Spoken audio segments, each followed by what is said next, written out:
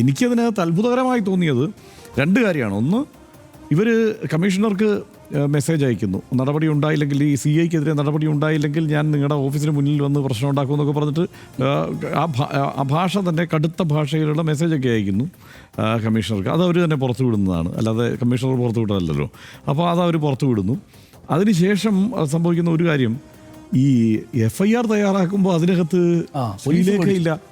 അതെങ്ങനെയാണ്? ഈ പോലീസുകാർക്ക് വലിയ പ്രതിഷേധമൊക്കെ ഉണ്ട്. പോടാ പുല്ലേ പോലീസെ എന്ന് വിളിച്ചതിൽ പ്രതിഷേധമുണ്ട്. അത് പോലീസ് അസോസിയേഷൻ തന്നെ പറയുന്നുണ്ട്. പക്ഷെ പോലീസുകാർ FIR എഴുതിയപ്പോൾ പേര് വിട്ടുപോയി.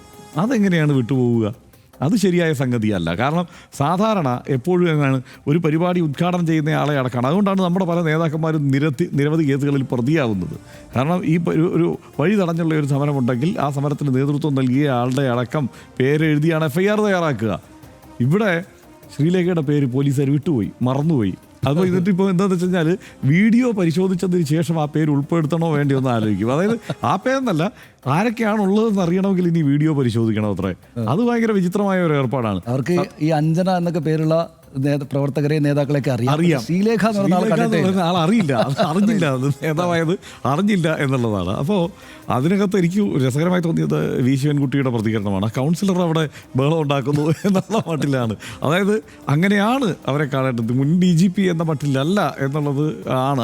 അതിൻ്റെ സമയം കഴിഞ്ഞു. പക്ഷേ അവരോട് എനിക്ക് ബഹുമാനമുള്ള ഒരു കാര്യമുണ്ട്. അത് വേറൊന്നുമല്ല, ഇപ്പം രാജ്യത്തെമ്പാടും നോക്കിയാൽ BJP നേതൃത്വത്തിലേക്ക്, പണ്ട് കോൺഗ്രസും ചെയ്തിരുന്നതാണ്, നേതൃത്വത്തിലേക്ക് ഇത്തരത്തിലുള്ള സിവിൽ സർവീസ് ഉദ്യോഗസ്ഥന്മാരെ പലവരെയും കൊണ്ടുവന്ന് നിർത്താറുണ്ട്.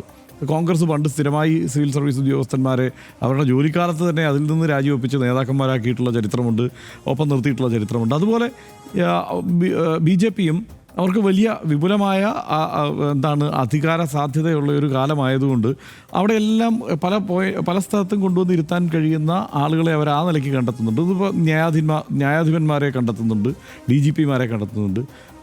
പക്ഷേ ഇങ്ങനൊരു DGPയെ ഞാൻ വേറെ കണ്ടില്ല.